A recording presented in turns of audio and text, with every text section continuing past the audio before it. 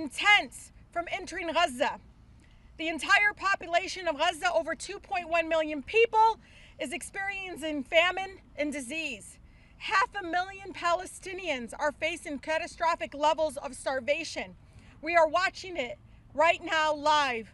Children, you can see their bones, their ribs, you can see their bodies shutting down.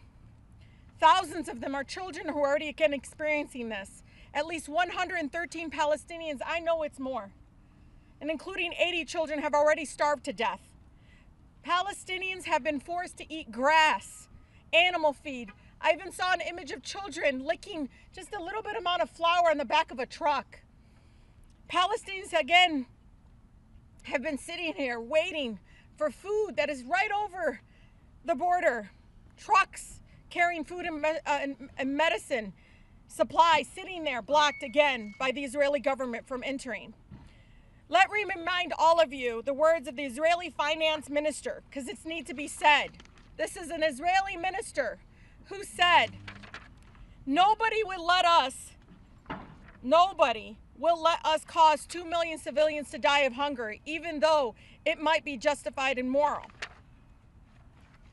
Now, Israeli forces are deliberately shooting and starving Palestinians lining up for food. Over 1,000 murdered in the past 2 months alone, according to the UN. The so-called Gaza, quote, Gaza Humanitarian Foundation, a joke, inhumane, immoral. It's a deadly sham, a trap backed by the Israeli government and the Trump administration. The United Nations even calls it a death trap.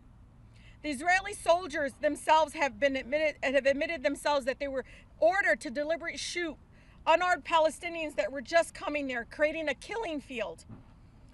This is illegitimate organization that Trump administration with the Israeli government, again, giving millions of dollars to them.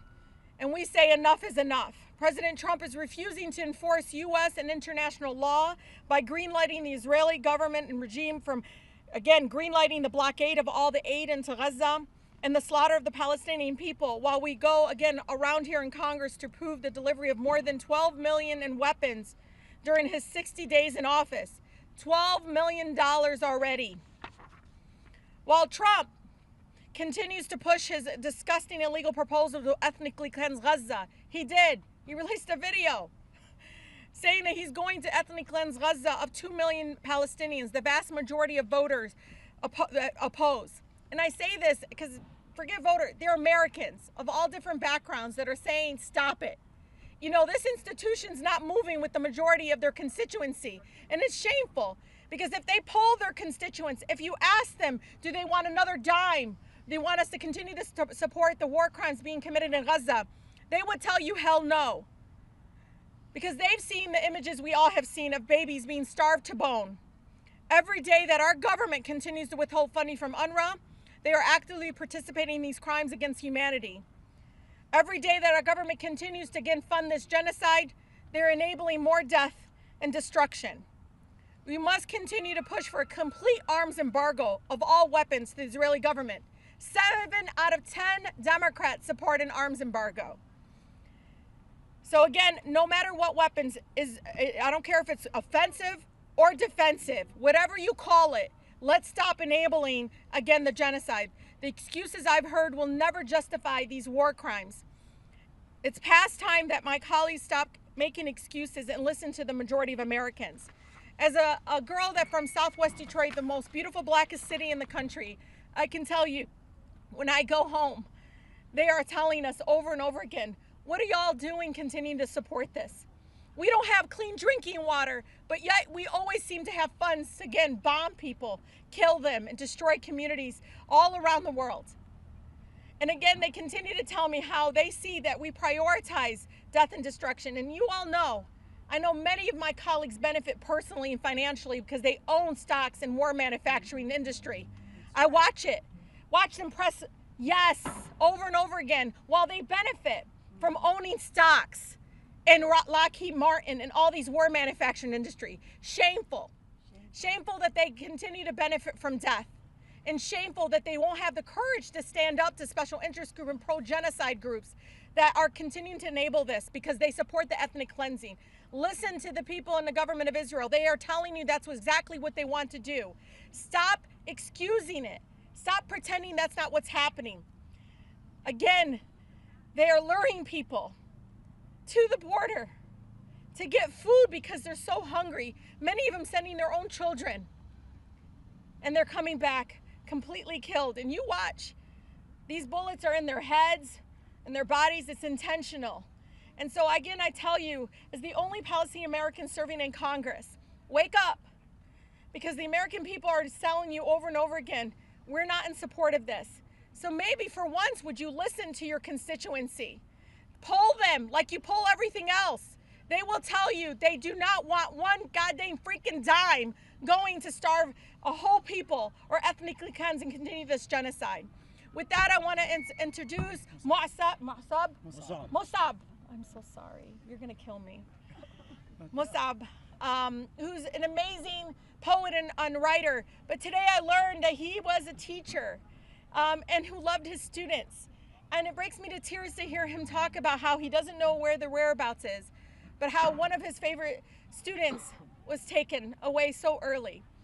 You know, Mossab, I continue to tell my colleagues all the time, why is it that Palestinian children don't deserve to grow old? Why is it that you think they're as disposable? Why is it that you don't understand a child is a child, no matter their ethnic background? Sometimes I wonder if they closed their eyes and pretend they were Palestinians, if they would act. And so I know through art, through beautiful ways of trying through words of our pain, that we're trying again to move people with us. But I know again, our country is moving. Even if the institution that's continuing to be broken behind us doesn't move, we're gonna make them move. With that, thank you. Thank you so much. Thank you so much, Representative Rashida Tlaib, for your words. In fact, I lost so many members of my family, over 50. Some of them are still under the rubble. I myself am a survivor of the genocide. I was abducted by the Israeli forces for 3 days. I'm a father of an American citizen. Okay. I'm a father of an American citizen. We were in Gaza. Our house was bombed on October 28, 2023. And we were lucky because no one was inside the house. We already evacuated it, but we got no calls from anyone, not from the Americans, not from the Israelis, that they would bomb our house. Otherwise, I wouldn't be standing here. I lost so many of my students. Hatem Zanin and Harith Naim are just one of them, two of them. And I came here to talk about some of the latest news that I'm getting from Gaza. I just prepared this yesterday evening before I came here. On Sunday, 4 days ago, on Sunday, my father-in-law went to Beit Lahia with his son and nephew to wait for food arriving through the Zikim aired crossing. Thousands had gathered, desperate for a lifeline. At 8:30 in the morning, an Israeli shell struck the crowd. My brother-in-law and his nephew were among the wounded. They were taken to the hospital, but doctors couldn't operate them until after some hours. When I video called them 2 days ago on Tuesday, I saw someone in the same hospital room with a leg amputated. I didn't recognize him at first. Then a neighbor passed the phone to him. It was Muayyad, my neighbor, pale and thin, a father of two, someone I used to play soccer with. Muayyad once ran a barbecue restaurant with his siblings. Israel destroyed his home, destroyed his restaurant, destroyed our neighborhood, destroyed our city. It killed members of our families, severed Muayyad's leg, and starved his entire family. Now his wife and 2 children are even more desperate, with Muayyad still in the hospital, unable to provide. He told me his leg might have been saved if there had been enough doctors. But the casualties were overwhelming. Too many, too urgent. That same morning, my second cousin, Ali Abu Toha, was shot in the abdomen while waiting for aid trucks. He didn't die immediately. It took an hour to get him to the hospital. Once admitted, his final words were, "Take care of my wife and 5 children." Ali was a father of 5, aged 11, 9, 8, 5, and a year and a half. He wasn't the first loved one and relative I've lost. On October 13th, 2023, an airstrike killed 31 members of my family, 18 children, 6 mothers, and 2 elderly were among them, and a disabled man, my cousin, my first cousin's husband. Among them was my first cousin, Tahrir Abu Toha, and their 5 children, an entire family erased. On October 9th, 2023, I lost my pregnant cousin, Dua Dabash. On October 22nd, my cousin Noor Ashantaf was killed along with her husband and their 3 children. Only 1 child survived. Another cousin was killed on October 18th, 2024, with 14 members of her family. My great aunt, whom I called Grandma, was among them. Her body is still under the rubble. Israel later razed that entire area. On January 17th, 2024, after more parents were killed returning home with bread, I wrote this poem. He left his house to buy some bread for his kids. News of his death made it home, but not the bread. No bread, death sits to eat whoever remains of the kids. No need for a table, no need for bread. In recent weeks, my parents have left home for a pack of flour, and many parents have left home for bread, but never returned. Some came back wounded or traumatized. Starvation isn't just about lack of food. It's about denying essential supplies: formula, diapers, medicine, equipment, fuel. Babies don't need flour, by the way. They need care. They need Israel to stop bombing hospital wards and family tents. They need the US to stop sending more weapons, to stop vetoing UN resolutions calling for a ceasefire and release of hostages on both sides. They need the media to stop dehumanizing us. They need no one to defend their killers. Shame on those who do. While human rights groups, UN officials, and genocide scholars have already warned that Israel's actions may amount to genocide. What people in Gaza and all of Palestine need is an end to occupation and justice and accountability for all who enabled this, governments and media alike. It is shameful that I'm saying this 22 months into Israel's genocidal campaign, after Gaza has been flattened, after thousands have died, while the West Bank is also under attack. Just yesterday, the Israeli Knesset passed a non-binding resolution to support. It is shameful that I must say this after Israel has committed and continued to commit every crime imaginable, wiping out entire families, blocking aid, shooting civilians seeking food, abducting fishermen. Just yesterday, they abducted fishermen from the sea in Gaza, just a few meters into the sea, bombing mosques and the churches and killing Muslims and Christians, killing medics and burying their bodies. They killed the medics and buried their bodies in Rafah, killing journalists and aid workers, committing crimes against humanity and justifying these war crimes. As a refugee, one of the most painful losses was the destruction of the Jabalia refugee camp, where my mother was born. The world has not only allowed a live-stream genocide, but it has allowed generations of Palestinians to remain refugees. Now, 2 of Gaza's 8 refugee camps, Jabalia and Rafah, have been destroyed. It is shameful that I'm still saying this after 22 months of the genocide.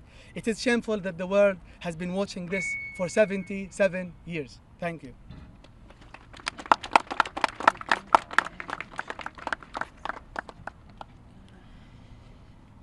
I really pray that God can give me the words so that when the leaders hear them today, their hearts are softened. Because for 22 months, I have been screaming as a conservative Christian to my Republican leaders to stop funding a genocide. But what I am witnessing this week, the forced starvation of babies. They are not allowing baby formula to reach babies. The level of evil that it takes to make a decision to starve a baby as a means of war, as a weapon of war. What have we come to as a humanity? What have we come to as a country where we are normalizing the blocking of food to a baby to force a political organization to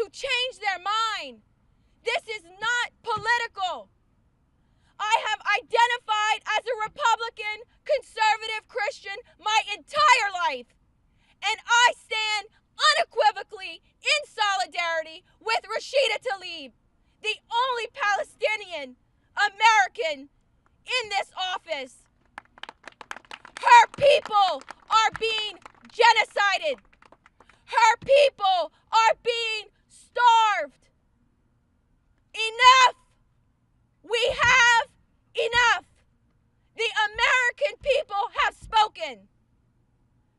And it is time for our leaders to listen. The people will only escalate until you listen. Lift the blockade on Gaza now.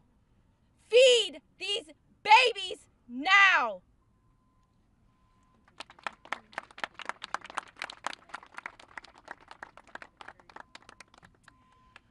My name is Stacy Gilbert. I've worked in humanitarian assistance for almost 30 years until I resigned from the State Department last year in protest of a State Department report to Congress that said Israel was not blocking aid. I had worked on that report and I knew that was not the truth. But I want to give you a little bit of context here with all the things that you're hearing from my perspective as a humanitarian. I have never, in my 30 years working in this field, seen a situation where there has to be a category to enumerate the number of people regularly killed on their way to get humanitarian assistance. That has never happened. Also, when people talk about children starving, when you see these heartbreaking pictures, think about it. In your own family, if you're out camping, if you're on a trip, if there's not enough food, who eats first? It's not the adults, it's the children. If the children are starving, it's because there is no food left. I also want to say famine is not a foregone conclusion in a conflict. It only happens in modern times when aid is deliberately blocked. Think about that. I am calling on Trump to make a break with this policy that started under Joe Biden, this disastrous policy of unconditional military support for Israel. Make a break with that, with Biden's disastrous policy. I'm calling on my former colleagues at the State Department, DOD, the intelligence community, the National Security Council, to uphold your oath not only to the Constitution, but an unspoken oath to truth. And make sure you are not denying the reports that are coming in from the ground, that you put those in your reporting all the time. Regardless of who may delete it later, put it in. Make sure it is there. And I'm calling on all federal employees who still have a job in this administration. Now is not the time to be comfortable. Now is not the time to fund your retirement account or your children's future college education. You need to put that money into organizations that are on the ground providing assistance, to journalists who are on the ground reporting the truth, to advocacy organizations. Now is not the time to be comfortable or complicit or complacent. My mantra through all of this has been, evil wins when good people do nothing. I am calling on every single person to do something every single day to stop this. The tide is turning, I believe that, but it's not turning fast enough for the people who are dead and dying in Gaza. Thank you.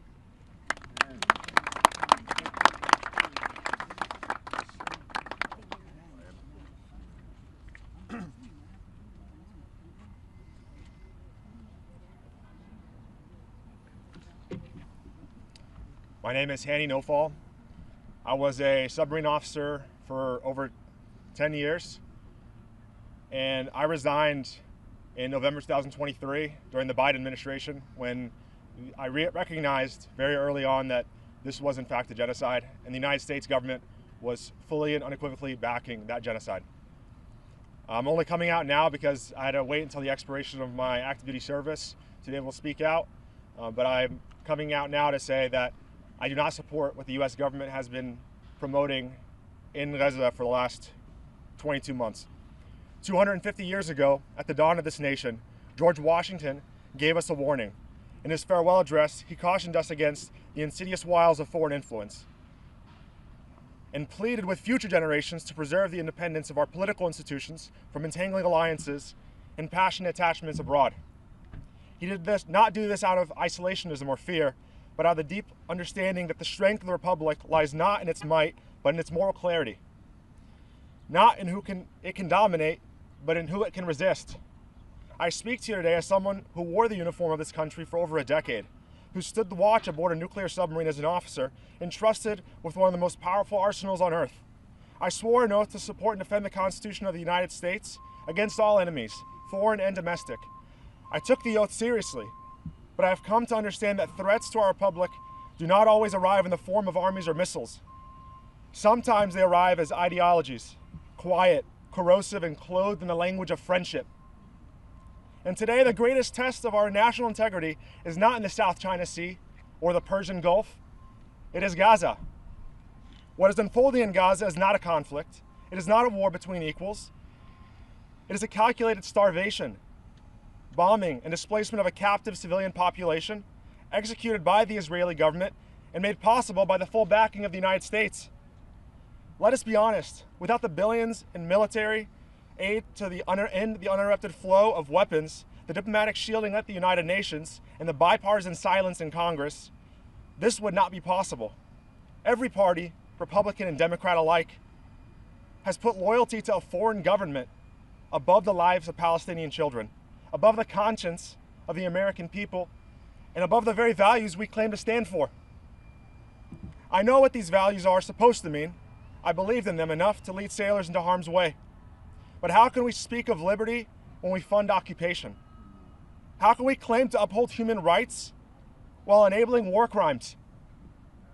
How can we call ourselves a democracy while criminalizing dissent and silencing anyone who questions our blind allegiance to Israel? This is not just foreign policy. This is the capture of our republic. Washington foresaw this. He warned that passionate attachment to another nation would lead to the illusion of common interest, the betrayal of our own. And that is exactly where we are. We have been seduced by a false narrative, one that equates strategic alliance with moral obligation and dissent with disloyalty. But let me be clear. To speak the truth about Gaza is not anti-American. It is profoundly American, because patriotism, real patriotism, is not obedience to power, it is fidelity to principle. And principle demands we say this: no nation, however sacred its origin story, has the right to ethnically cleanse, starve, or massacre civilians. Not even Israel. Especially not with our weapons, especially not with our tax dollars, especially not in our name. I resigned my commission because I could no longer serve a system that rewards cowardice and punishes conscience. I could no longer remain silent while my government abets apartheid and genocide under the guise of security. And I say to you now, our silence is complicity. And complicity is not neutrality. It is betrayal. Betrayal of our Constitution, betrayal of our humanity, betrayal of the republic Washington fought to build. But it is not too late. The people of this country have always been capable of great moral courage. It was ordinary Americans who ended the Vietnam War, who brought down Jim Crow, who forced the end of South African apartheid. And it'll be us, veterans, teachers, doctors, students, clergy, who end this era of bipartisan complicity and demand a foreign policy rooted not in blind loyalty, but in justice. Because the world is watching, Gaza is watching, humanity is watching. And one day our children will ask what we did when our government became the chief enabler of one of the great moral atrocities of our time. Let us have an answer worthy of them. As Washington said, the preservation of the sacred fire of liberty is finally staked on the experiment entrusted to the hands of the American people. It is time we take that trust back. Thank you.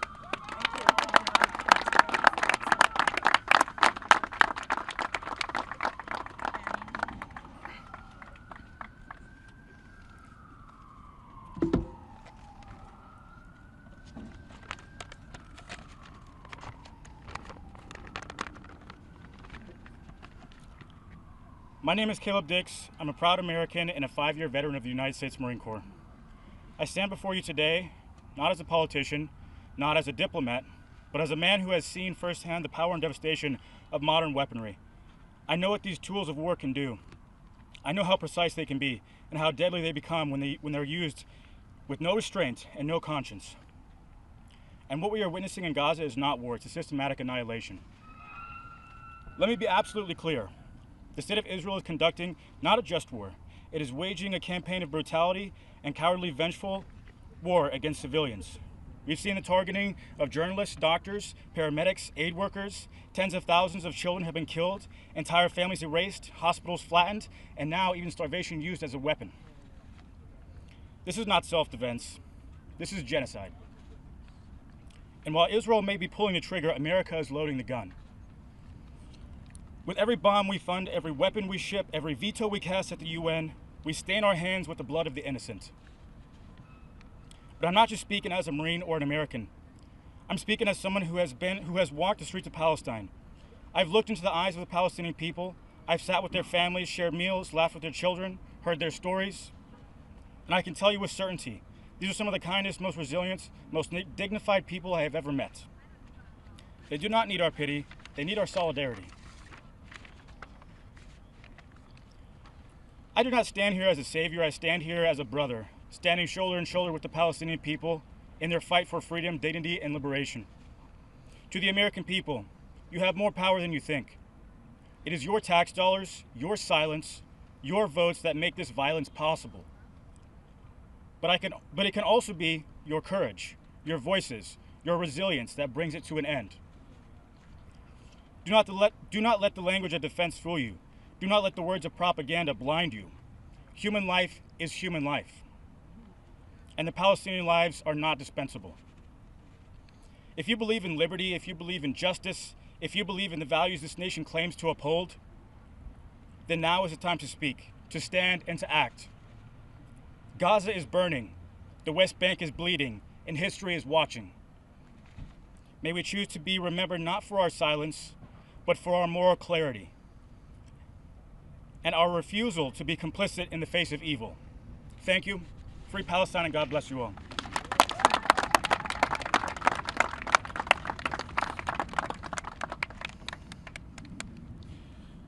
Hello everyone. Assalamu alaikum. Peace be upon you. The peace that the children in Gaza do not have. My name is Dr. Nidal Jabour. I'm a Palestinian-American internal medicine doctor from Michigan. I'm a proud constituent of Congresswoman Rashida Tlaib. As your constituents, Congresswoman Rashida Tlaib, we want to congratulate you on your integrity, on your bravery, and on your moral clarity. As your constituents, we are proud of you. And despite all the pain, your district is saying, happy birthday, Rashida Tlaib.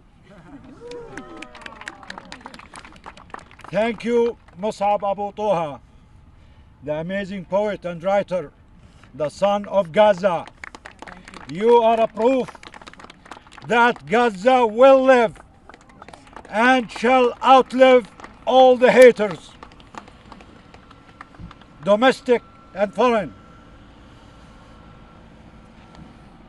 I'm here with my colleagues as doctors, healthcare workers, and as witnesses to the worst atrocities in mankind's history. We are here to tell you without apology that what is happening in Gaza is a genocide, and that the United States government is helping to fund it with American tax dollars. What we are witnessing in Gaza is not a humanitarian aid. It's not relief. It is a United States funded slaughterhouse. Children are being starved and shot at for trying to get bread. Churches and mosques are bombed. Families are burned alive. No one is spared. Not newborns, not the elderly, not the patients, not the doctors, nor the priests. This is not war. This is an extermination campaign funded, aided, abetted by the United States of America. The so-called Gaza humanitarian aid is not a lifeline. It is a death trap. Children take off their sandals so they can run faster, to dodge the bullets while they are searching for bread. This is not a humanitarian operation. This is a death distribution network funded by the United States and run by the Israeli military and American mercenaries. From the concentration camps of the Holocaust to the killing fields in Cambodia to the concentration zones Israel is building across Gaza, and now to the American-backed death distribution centers, the crime is the same. The genocide is the same. It should have ended 2 years ago, when the signs were clear, when the warnings were loud. And we know this. President Reagan stopped Israel in 1982 with one single phone call. And we know that President Trump can stop it with one single phone call now, unless if he is as weak as Biden was. If you don't stop it today, then you are as sleepy as Joe was. It's your call. And yet our Congress voted on July 18th to send more of our tax dollars to fund more weapons. $500 million more of American tax dollars went to Israel on top of the $3.8 billion that they get for bombs to slaughter children, to mass starve children. President Trump, stop it today. No more negotiations. No more lies. No more giving Netanyahu and Israel time to starve and murder more babies and children. Don't let Netanyahu take you for a ride like he did with Biden. This is not who we are. The Americans are better than this. What we are supporting in Gaza does not make America great again. Shut down the killing zones, flood Gaza with aid, end the genocide. History will remember this point and this moment, what we did and what we failed to do. The world is watching, and history is keeping receipts. In order to honor the true heroes in Gaza in this awful stain on human history, my colleagues here will share accounts from doctors, healthcare workers, and regular Palestinians in Gaza. Some of them are still with us. Some of them have been murdered. Others are being tortured in the Israeli torture camps. They are not numbers. They are human beings with hopes and dreams. And they bleed just like anyone else. Thank you.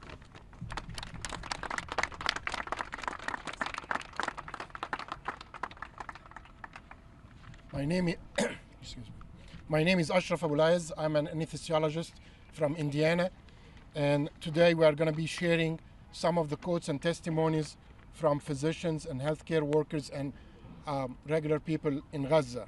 My part is to share Dr. Ali Tahrawi, an ER doctor at Al-Aqsa Hospital in Deir al-Balah, Gaza. He has served his people throughout Israel's ongoing genocide, and he had been doing 24-hour shifts due to devastating staff shortages. Recently, he stated, and I quote, "I have a cold, and in 1 hour, I will have finished the 24-hour shift, heartbroken again. I lost a cardiac patient because he had no medication. Another shot in the head was left to die slowly because we had no ventilators. A child with a shattered skull and exposed brain matter just died in front of me. I also just found a kidney patient collapsing on the bedroom floor.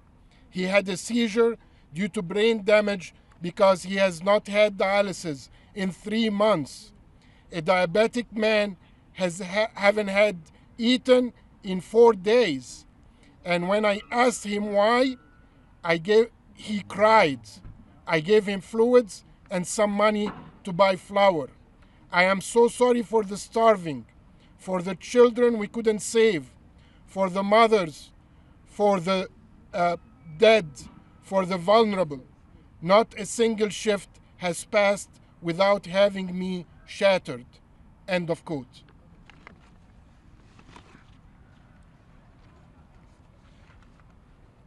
Hello, I'm Mary Beth. I'm a fourth-year medical student in Pennsylvania, also a veteran of the United States Army for nearly 2 decades. On Sunday, we hosted American nephrologist Dr. Imran on our weekly webinar for Doctors Against Genocide. The objective was to support the people in Gaza navigate malnutrition and refeeding syndrome. We learned that when we reintroduced food consumption, carbs are the worst in terms of safety. High phosphorus foods were encouraged, such as seafood, dairy products, legumes, nuts, seeds, bone broth, and canned foods. We were hit with the sobering reality when Iman Munia, a woman in Gaza, interrupted Dr. Imran to tell him that the foods he suggested when refeeding were unavailable in Gaza. I speak on behalf of all my colleagues when I say we collectively felt shame and guilt, even in our attempt to support. We fell short.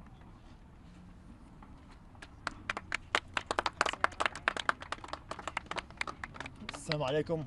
My name is Imad Abu Arab. I'm a family doctor from Michigan. I'm going to state a testimony from Ahmed Zaidan, a 10-year-old from Gaza who went to collect aid at one of the GHF distribution centers. He says, "We thought they would give us the boxes respectfully, but they turned out to be the filthiest. We stayed from 7 in the evening until dawn. Tanks on one side, quadcopters and Apaches on the other. I told the young men not to go. Damn those aid boxes if they come with humiliation. Either the aid comes with dignity, we don't want it. My mother was martyred. Before her, my brother was killed. And God knows who's next. We can't even guarantee our lives anymore. Here's my bag, and here's a sack of flour. We have no weapons. We're not going to fight. We are civilians, not soldiers. Don't go to the aid sites and sacrifice your lives."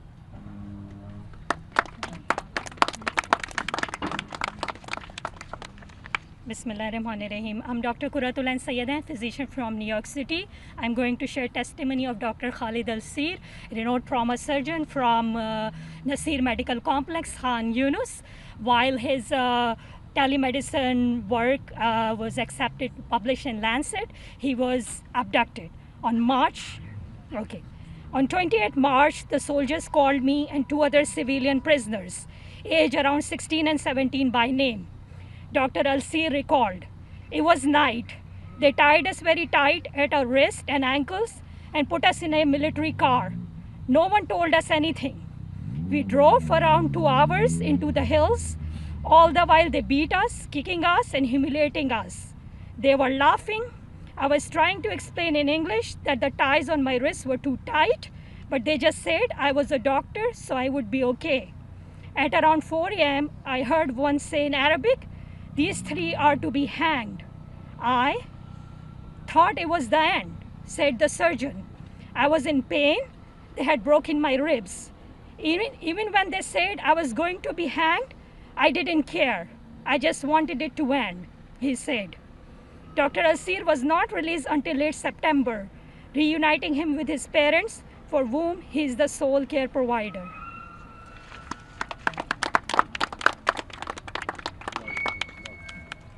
My name is Dr. Roxana Samimi. I'm an infectious disease physician. I will be sharing the account by a Gazan captive regarding Dr. Adnan al-Bursh. This was an account about his time at the Al-Fur prison area.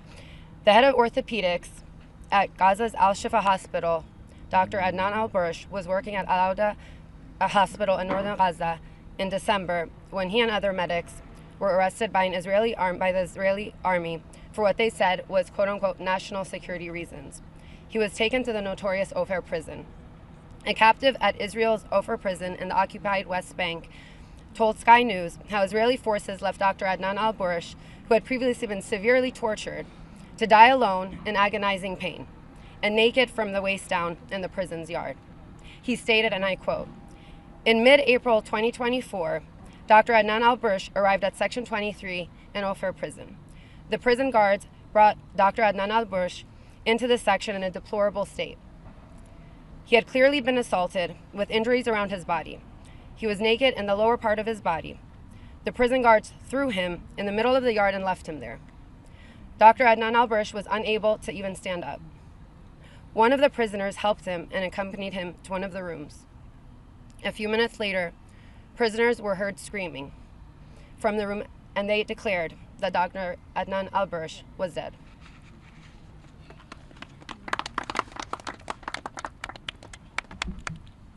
Hello and assalamu alaikum. My name is Dr. Iman Husni. I'm a family doctor in the Northern Virginia area.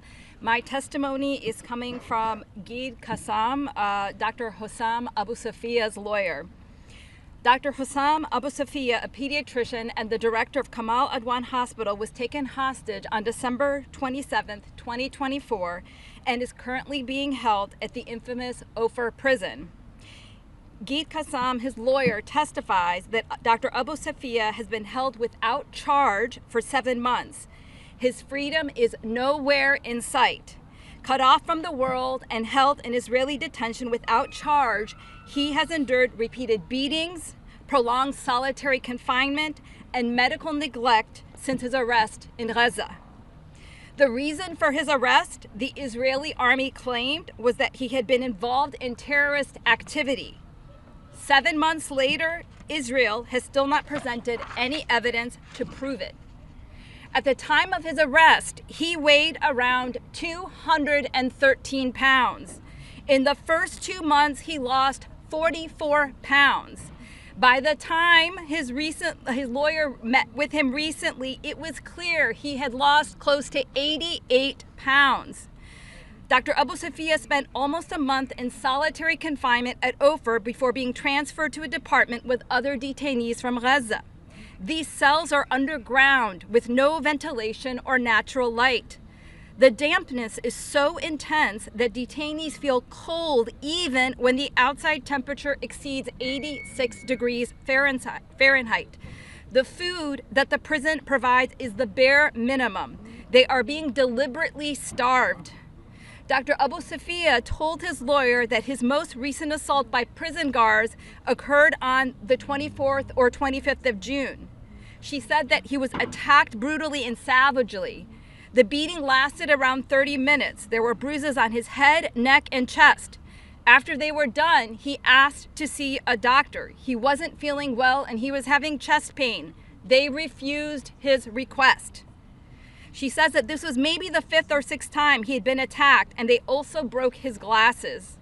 She said, "I tried so hard to get him a new pair because after he was arrested, when he was arrested, he didn't have his glasses." She finally managed to get him a pair in May, but when they beat him again, they shattered the lenses.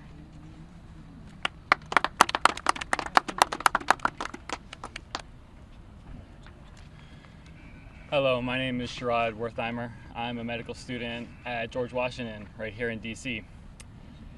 I'm reading the testimony of Hala Shasha, a 40-year-old mother of 5 from Gaza City. She stated, "I dread the moment Hanan and Misk will ask me about their legs. What will I tell them? When I go to buy shoes for my children, what will I do when Hanan and Misk ask why I don't buy them any? If they say, I want to play, I want to dance, I want to ride a bike, what will I say to them? How will they adapt to their new situation? They lost their father, the love, compassion, and security he gave them. And they also lost their legs and their ability to move and play. Everything beautiful in their lives is gone. Their childhood was stolen. What did they do to deserve such devastation?"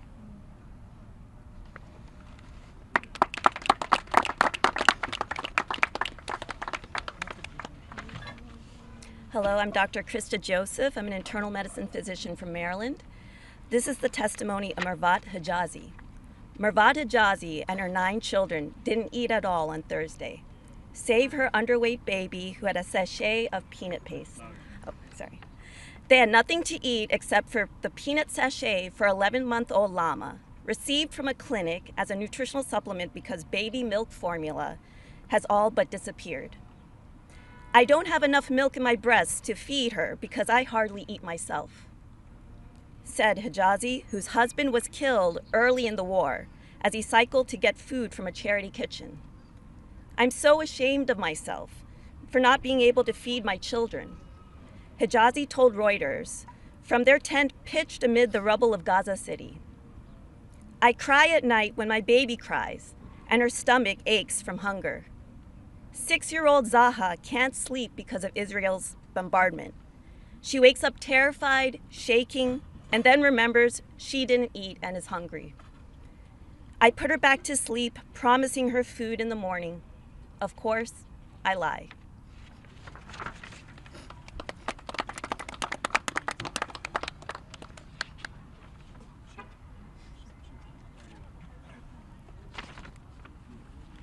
Hi, I'm Dr. Danny Ritchie.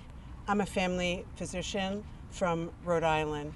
I'm here to give the testimony of Dr. Wafa Abu Namir. At Nasir Hospital in Khan Yunis, in the southern Gaza Strip, Dr. Wafa Abu Namir confirmed the dire situation, reporting that by June 30th, 2025, 9 children were still being treated for malnutrition-related complications at her facility alone. She described the scenes they have witnessed over the past 2 months as really unprecedented, with severe cases of nutritional edema or marasma, muscle wasting.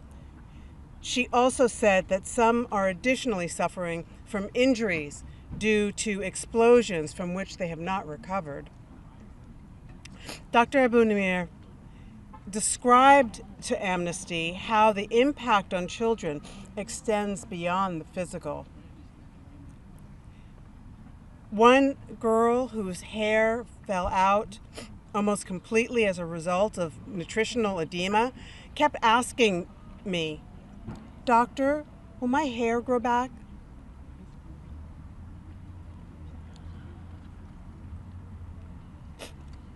Am I still beautiful? Abu Namir said, even if these children recover completely from the scars will always remain with them. Medically, we know that malnutrition amongst infants and children may have long-term cognitive development effects. But I don't think enough attention is being given to the mental health and psychological impact of starvation and war on children and parents.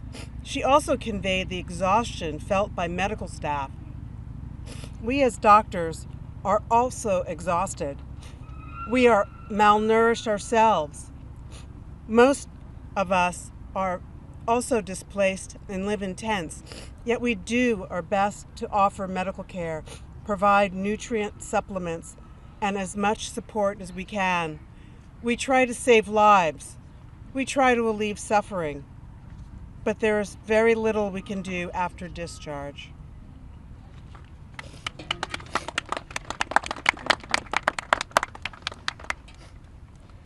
I'm John Ruhr, a retired emergency physician.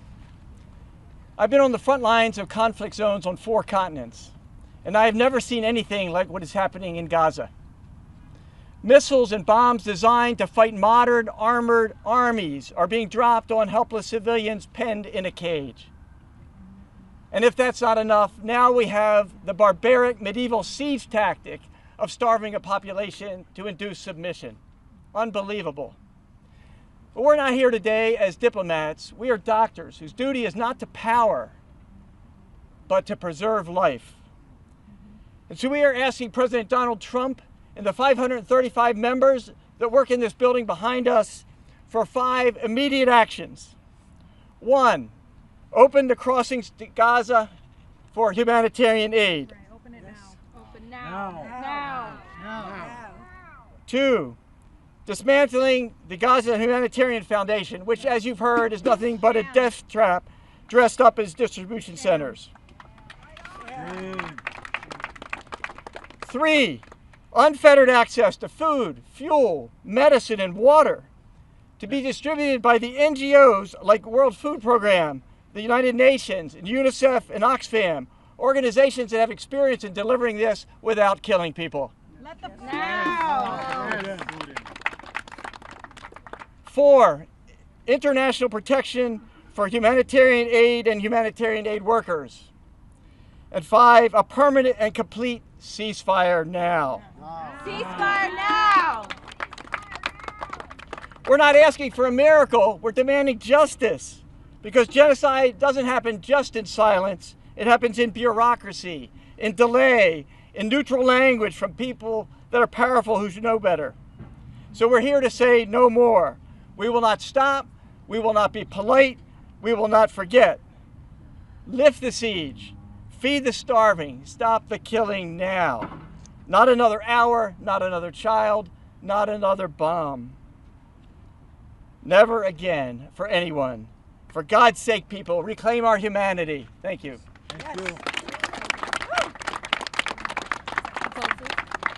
Thank you, everyone.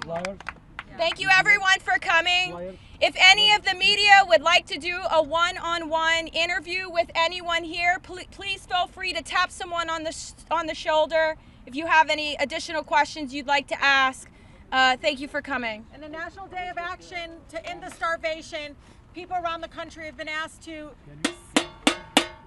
slam on pots.